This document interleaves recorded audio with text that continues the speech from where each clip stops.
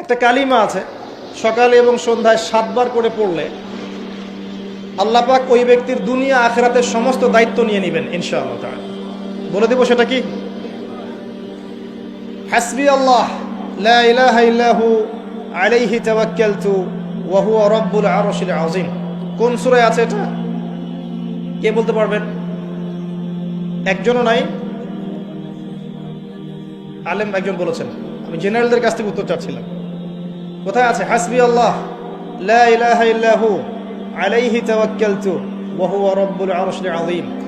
যে সূরা আপনাকে প্রমাণ করে দিবে যে আপনি মুমিন না মুসলিম না মুনাফিক, তার নাম সূরা তাওবা।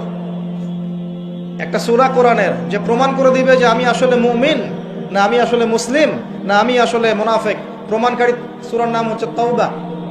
এই সূরার শেষের দিকে আছে, একদম শেষে, হাসবি আল্লাহ লা ইলাহা ইল্লাহু আলাইহি তাওয়াক্কালতু ওয়া হুয়া রাব্বুল আরশিল আযীম।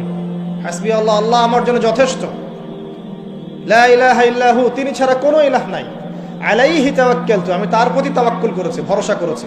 ওয়া হুয়া রাব্বুল আরশিল আযীম, তিনি মহান আরশের রব।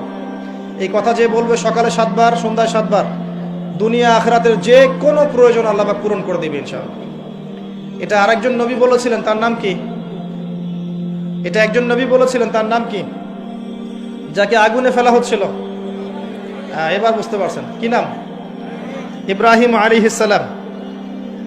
যখন তাকে ফেলা হচ্ছে তখন জিবরাইল আলাইহিস সালাম চলে এসেছেন, এসে বলছেন যে আমার কাছে কি আপনার কোনো প্রয়োজন আছে? আপনি চাইলে। আর তিনি কতই না উত্তম কর্মবিধায়ক। বলার সাথে সাথেই আল্লাহ পাক বললেন, ইয়া নার, হে আগুন, কুনি বারদান ওয়া সালামান আলা ইব্রাহিম, হে আগুন ঠান্ডা হয়ে যাও, শীতল আরামদায়ক ঠান্ডা হয়ে যাও ইব্রাহিমের জন্য। এই আমলগুলো নিয়মিত করেন, আল্লাহ পাক করার তৌফিক দান করুন, আমিন।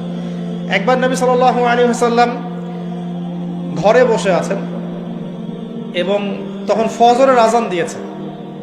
তিনি বাসা থেকে বের হয়ে গেলেন, দেখলেন যে তার স্ত্রী মুসল্লায় নামাজ পড়ছে এবং নামাজ শেষ করে তিনি সুবহানাল্লাহ, আলহামদুলিল্লাহ, আল্লাহু আকবার, লা ইলাহা ইল্লাল্লাহ এগুলো পড়ছেন। হাতে খেজুরের বিচি আছে, খেজুরের বিচি, এগুলো দিয়ে পড়ছেন, গুনছেন। নবীজি চলে গেলেন নামাজে সাল্লাল্লাহু আলাইহি ওয়াসাল্লাম, গিয়ে সালাত পড়লেন, তার সকালের কাজগুলো সারলেন। সকালে ফজরের পরে তিনি দার্স দিতেন, সাহাবীদেরকে কিছু বলতেন, কেউ স্বপ্ন দেখলে সেটা শুনতেন, ব্যাখ্যা করতেন, সময় লাগতো। এরপর ইশরাকের নামাজ পড়ে বাসায় আসতেন। তিনি সকালের সমস্ত কাজ সেরে বাসায় ফিরে দেখলেন স্ত্রী রাদিয়াল্লাহু আনহা তখনও ওই অবস্থাতেই বসে আছেন এবং তাসবিহ তাহলিল করছেন। আল্লাহর নবী সাল্লাল্লাহু আলাইহি ওয়াসাল্লাম অবাক হয়ে জিজ্ঞাসা করলেন, তুমি কি তখন থেকে এখানে বসে আছো? তখন থেকেই তাসবিহ তাহলিল করছো? তার স্ত্রী বললেন, হ্যাঁ ইয়া রাসূলুল্লাহ সাল্লাল্লাহু আলাইহি ওয়াসাল্লাম। তখন নবীজি বললেন, আমি তোমার এখান থেকে বের হওয়ার পরে মাত্র 5টা কালিমা 3 বার পড়েছি। কয়টা কালিমা? মাত্র 5টা কালিমা আমি 3 বার পড়েছি। তুমি যতক্ষণ আমল করেছো এই আমলটাকে যদি এক পাল্লায় রাখা হয় আর আমারটাকে আরেক পাল্লায় রাখা হয়, আমারটা ভারী হবে বলে আমি আশা করি। সেটা কি? সেটা হচ্ছে 1, আমার সাথে বলেন, সুবহানাল্লাহি ওয়া বিহামদিহি। 2, আদাদা খালকিহি। 3, ওয়া রিদা নাফসিহি। 4, ওয়া জিনাতা আরশিহি। 5, ওয়া মিদাদা কালিমাতিহি।